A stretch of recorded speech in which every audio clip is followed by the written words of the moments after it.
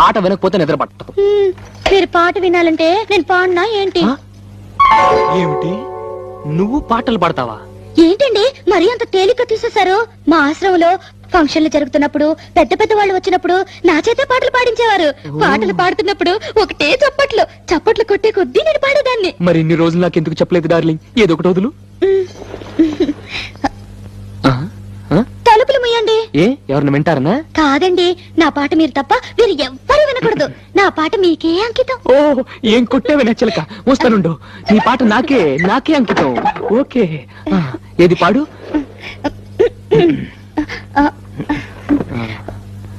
అబ్బా, మీరు నా మొహం అంక చూడకండి, నాకు సిగ్గేస్తుంది. నీ మొహం చూడకుండా ఇంకేం చూడమంటావే? మీరు వెనక్కి తిరగండి. నా దగ్గర ఎందుకు సిగ్గు? మీరు వెనక్కి తిరుగుతాను, నా పాడతాను. ఓకే ఓకే ఓకే, నా వీపు చూసి పాడు. ఆహా. దేవుడా